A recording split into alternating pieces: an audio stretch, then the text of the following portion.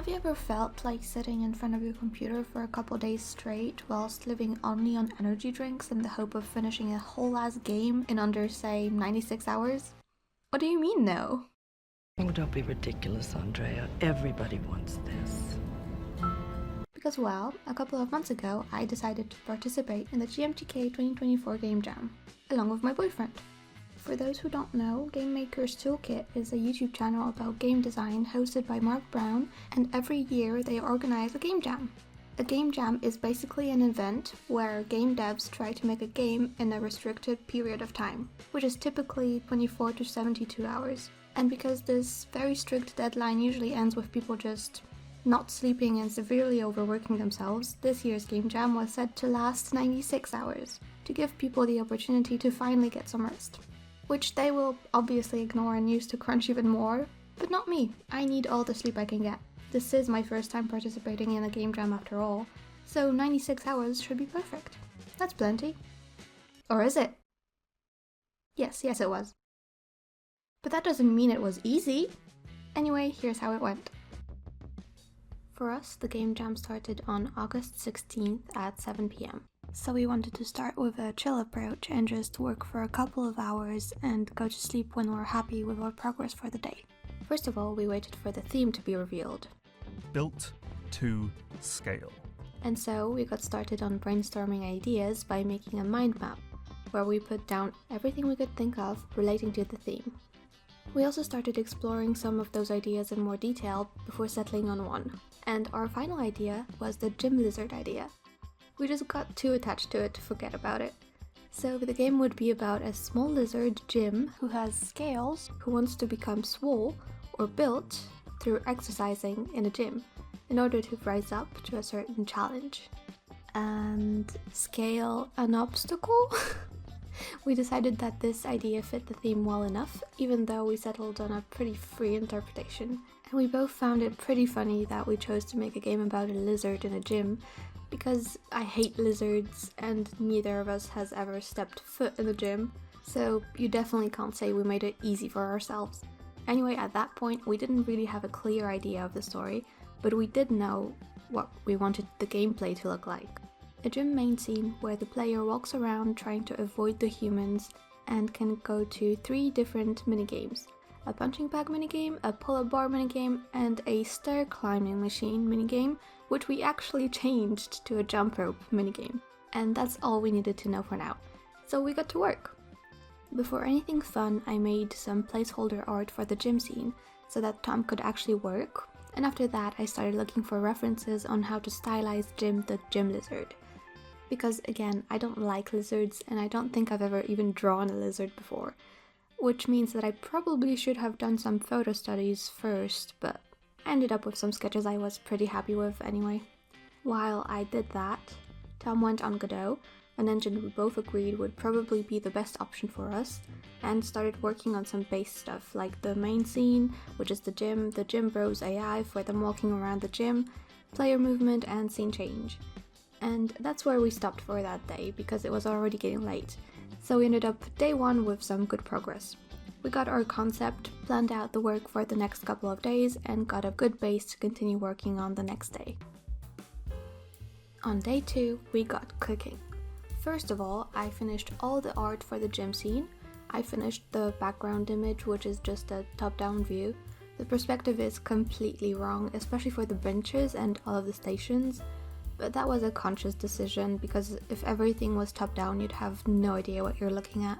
So making the elements be seen from the side makes more sense.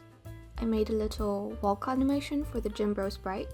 I was going to make more differently colored variations of him, or variations with different clothes, or at least a female version or something, so that it's not just clones of the same guy walking around the gym. But I left that for later if I had time. I then animated the gym walking sprite, which we reused for the punching bag minigame. I think it's cute. Then I also made some final assets for the punching bag minigame, making the punching bag itself, and the human arms that would be punching the bag. I also made a background for it that I reused for all of the other minigames. I drew the pull-up bar for the pull-ups minigame, and made the animation of the human doing pull-ups. We brainstormed on some title ideas and realized the literal first thing we had written down when we came up with the gym lizard idea was perfect already, SMOL to SWOL.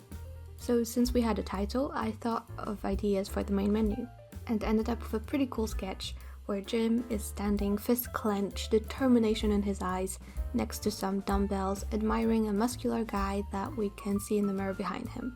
Other than that, Tom worked on the UI, the instructions/tutorial screens, as well as countdowns for when you start a minigame, and he also worked on the minigames themselves. So yeah, good day. On this day, I wanted to finish all of the sprite assets for the game, to finally start working on the cutscenes.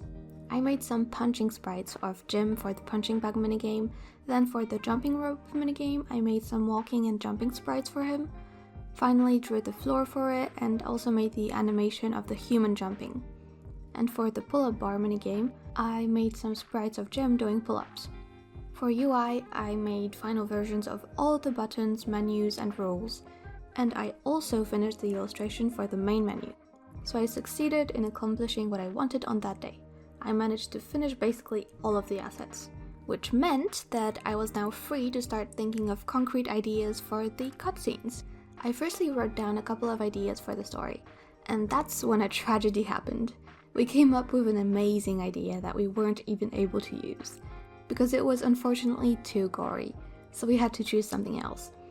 But if you're interested in reading the gory version, you can pause to read here. So the version we went with was the simplest one, partly because I wasn't sure how much I would be able to finish before the deadline, but in the end I don't regret it at all. There was not enough time for me to do the gory version, and it might have gotten the game disqualified anyway. On that day, Tom worked more on the minigames. He fixed Jim's movement in the gym to make him rotate towards the direction he's going. He also worked on Jim's movement in all of the minigames. I'm not going to lie, at the end of that day we were starting to get pretty tired of working non-stop on this project. But we also started running out of energy drinks, which was a bigger concern to me. Either way, we were still very excited to get to the end and finish this game.